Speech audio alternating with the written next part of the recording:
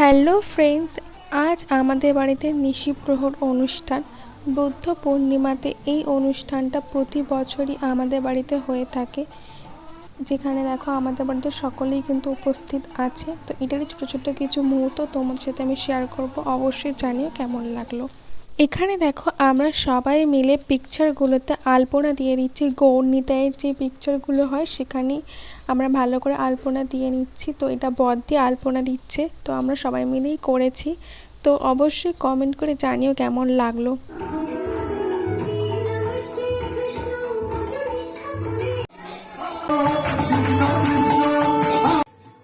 আমি তোমাদেরকে ভালো করে বাইরে থেকে দেখিয়ে দিচ্ছি। তো দেখো এখানে শাড়ি পাতা হচ্ছে। তো শাড়িটা কেন পাতা হচ্ছে যারা তোমরা জানো না তাদের উদ্দেশ্যে আমি বলে দিচ্ছি। এই যে দেখো যারা এখানে কীর্তনটা করছেন, ওনাদের কীর্তনটা কিন্তু এক্ষুনি শেষ হয়ে যাবে, তো ওনারা এখান থেকে চলে যাবে। তো নতুন কীর্তনের দল যারা আসবেন তারা এখান থেকে কিন্তু প্রবেশটা করবে, সেই জন্য শাড়ি পাতা। আর এই যে দেখো একটা পুচকু, আর এই যে একটা পুচকু চলে এসেছে, এরা কিন্তু এখানে ফোন ঘাঁটতে ব্যস্ত। দেখো মুখে হাসি, দেখো ফোন ঘাঁটছে বলে।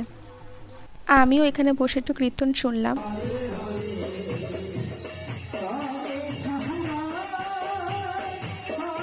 দেখো আমাদের বাড়িটা কত সুন্দর করে সাজানো হয়েছে। এই যে একজন আমাকে ডিস্টার্ব করতে চলে এসেছে, তো দেখো কত সুন্দর লাগছে বাড়ি। আর এই পুচকে দুটো দেখো এখানে কেক খেতে ব্যস্ত। দেখো কত কিউট লাগছে না দুজনকে একসাথে। রাতের খাওয়া দাওয়ার মেনু আরও কিন্তু অনেক কিছু ছিল, আমি সব কিছু ভিডিও নিতে পারিনি।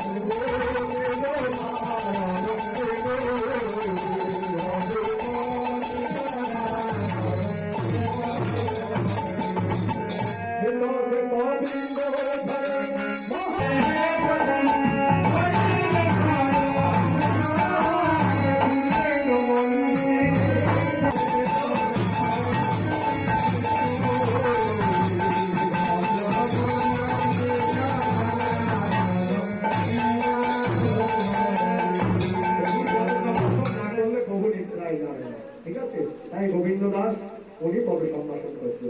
আর ফুলের